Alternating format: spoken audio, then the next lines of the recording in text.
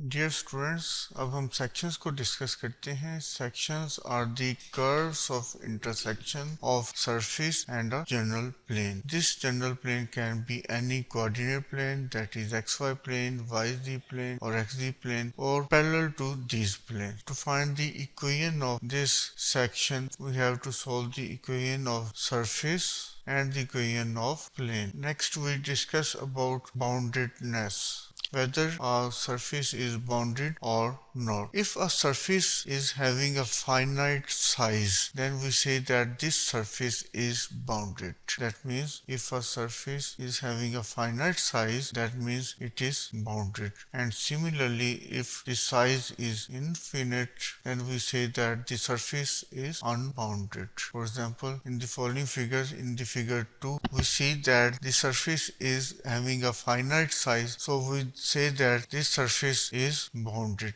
And in figure 3, again surface is having a finite size, and we say that this surface is bounded as well. In figure 4, we see that surface is having infinite size, and so we say that this surface is unbounded. And similarly, in figure 5, again the surface is having infinite size, so we say that this surface is unbounded as well. Thank you very much.